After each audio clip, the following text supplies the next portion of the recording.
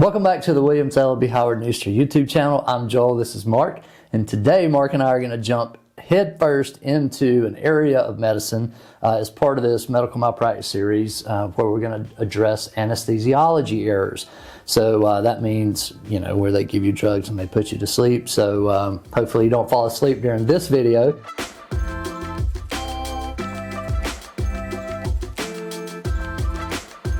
And if you have a question about a particular type of scenario involving medical malpractice and would like to see us do a video, please shoot us a comment in the comment section and we'll see if we can make one. First, anesthesiology is an artificially induced loss of consciousness or feeling. And you think of those old movies you see where people have to bite the stick when they're being operated on to prevent pain. Well, anesthesia is a way to prevent that. And one of the first things I look at is what are the injuries? They typically, in a medical malpractice case involving an anesthesiology error, are pretty significant injuries. It could be death, it could be a significant brain injury or a heart attack.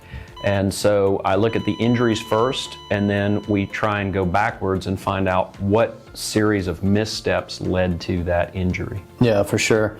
And one thing that I like to look at right off the bat too is because usually an anesthesiologist is, or nurse anesthetist, whoever happens, because nurses can also administer anesthesia in the right circumstances and under the right supervision, but they're usually working within a team of other medical professionals, right? And the most common example would be during surgery. So you may have, let's say somebody's having a spine surgery. You're gonna have the anesthesiologist that's gonna keep them unconscious. You're gonna have the surgeon, his or herself.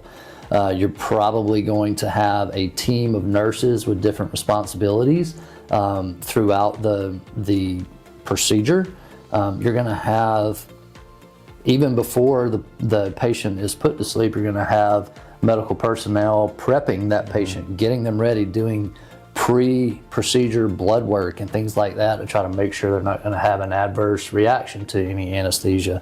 And then, of course, post-surgery, you're going to have people that are going to be involved in that care as well. So I also want to look and make sure that if we're going to say, hey, this anesthesiologist or this nurse anesthetist did something wrong, that there's not another member of that team that contributed to making it worse or may have done something to make it, and it was really their fault, when on the surface it looks like it was the anesthesiologist's fault. Yeah, that's correct. And a lot of times people assume if something goes wrong in surgery, oh, it must have been the surgeon's fault. But that's not the case. Something could have gone wrong in the entire process of anesthesiology. And like you said, that could be a medication error from the pharmacy before you even came in, before you come into the surgical suite. It could be a miscommunication. Sometimes it could even be using the wrong syringe, with the wrong medication during the procedure. And one of the tricky things is since there's so many people involved in this process, you don't know if they're employed by the hospital, you don't know if they're from an outside group or some third-party contractor, and it's real important to kind of get down into the weeds and figure out, what went wrong and who employed this person. Yeah, and that's such a good point, is figuring out, like, if you are actually going to be able to bring this claim. It's not as easy as just getting the medical record and going, oh, I see that Dr. Smith is the anesthesiologist in charge and here's his notes or whatever. You got to figure out who you're going to sue. And does Dr. Smith, is he just an independent contractor? Does he work for some third-party company that contracts with the hospital to provide anesthesia services during surgeries? Is he employed by the hospital? Was there anybody else, like a nurse anesthetist, that was actually administering the drugs and Dr. Smith was sitting in the hallway just sticking his head in the surgical suite door every now and then going, hey, everything okay? But you have to make sure you know who you're going to sue, because if you sue the wrong person, you're done right out of the gate. That's right. And in Georgia at least, we have a 2-year statute of limitations, and you have to have an expert before you even file the suit, say that they've reviewed things and that they found there was negligence. Well, if you've got a case like this where you could have a pharmacy error or a nursing error or a medical doctor error, you might have to have the case reviewed by 2 or 3 different experts, and you can't, that takes time because you got to collect the records, and then you got to have these experts take the time to review them. So, you know, even with a case 6 months before the statute runs, you may be, you know, working double time to try and figure out what happened. Yeah, that's another good point. If you have any suspicion that you or a loved one have been severely hurt due to an anesthesiology error, reach out to a competent attorney that's handled these cases as soon as possible. The worst thing you could do is wait until 2 or 3 months before the statute runs, because the attorney's not going to have enough time to adequately review the case and see if there might be a viable claim. So you're maybe just told no right out of the gate, I don't have time to do this, or they may put it in suit without having all the information they need just to try to preserve that statute, and then you end up later having to dismiss it because there's not an expert to support it. But all those things are super important to make sure it's not just proving that they did something wrong and who did it wrong. It's also making sure that you get the case filed in a timely manner and in the right place.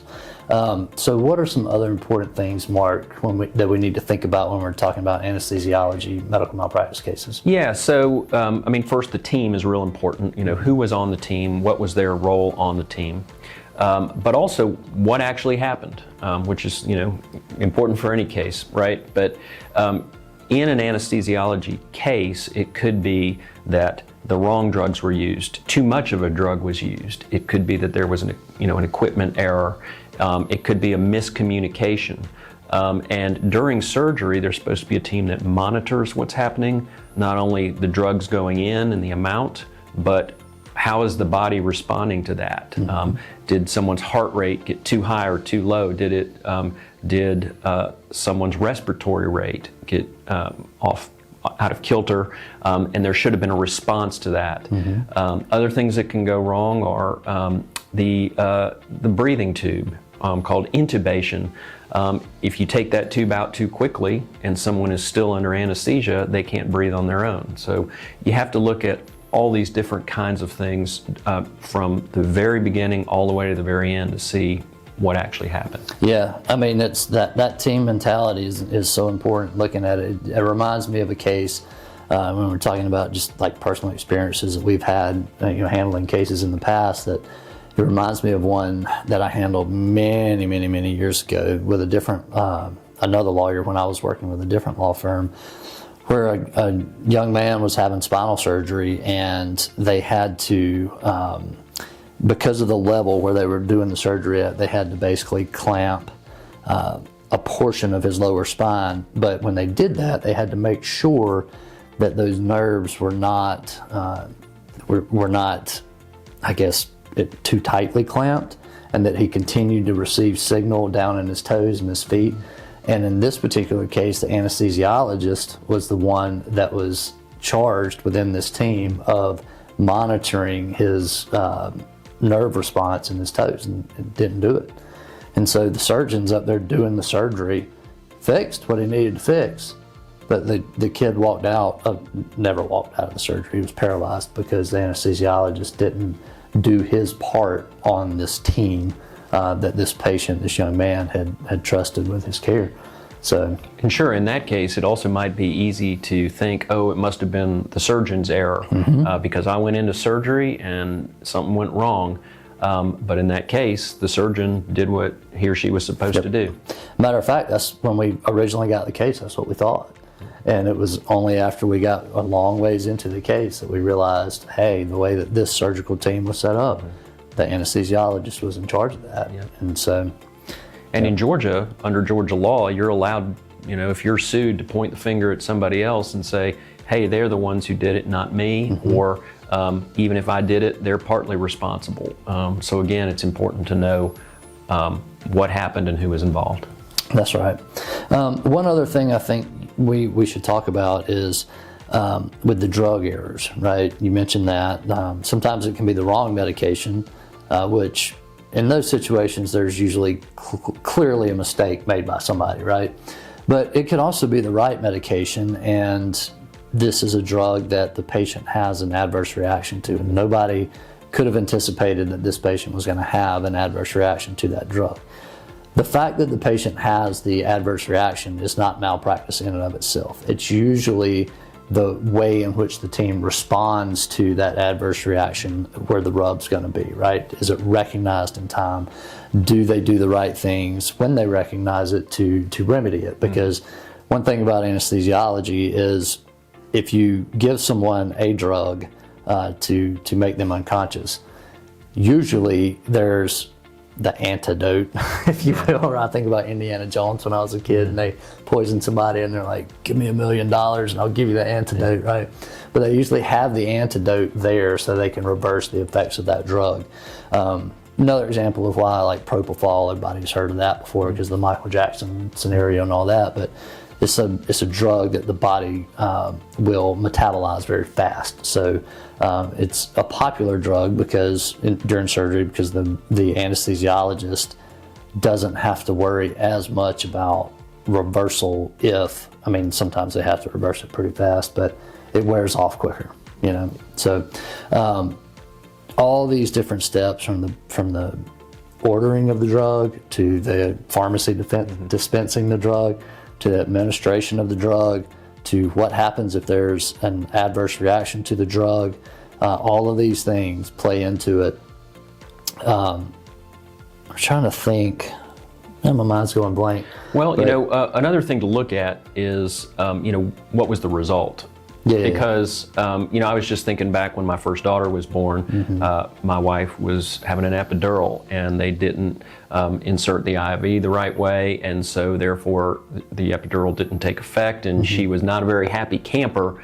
But sure, she wanted to see somebody, exactly. But whether that was a good idea is a whole other story. They fixed it. It was some short-term pain that no one would want to have to deal with, but it was over. And so, was it an error? Sure, it was an error, but fortunately everything worked out okay. Yeah. So you have to look and see what actually happened and what were the injuries. Yep, that's exactly right. And so same thing to think about, like we talked about in last week's video when we talked about medical malpractice generally, is anesthesiology cases are no different in one respect than any other medical malpractice case, and that is that whatever the injury is, whether it's death or brain damage or some kind of other permanent catastrophic injury, that injury's got to be bad enough to justify the expense that you're going to have to put into the case to get to the point where you may have a potential recovery. And so, again, you're not going to spend $100,000 to recover $100,000, but you might spend $100,000 to try to recover $1 million. So the injuries have to justify the expense that you're going to put into it. But anything else you can think of with anesthesiology cases we need to go over? No, just that, like most of these cases, they're complex. They have a lot of moving parts. So the sooner someone goes to a lawyer who knows what they're doing, the better. Because, the worst thing would happen is if someone had a case where they were really hurt, changed their life, but they ran out of time because they waited to contact a lawyer before an investigation could be done. Yep. All right. Well, we hope this video has been helpful to you. If so, give us a thumbs up, hit that subscribe button, and otherwise we will see you next week where we will talk about medical errors in the misdiagnosis context.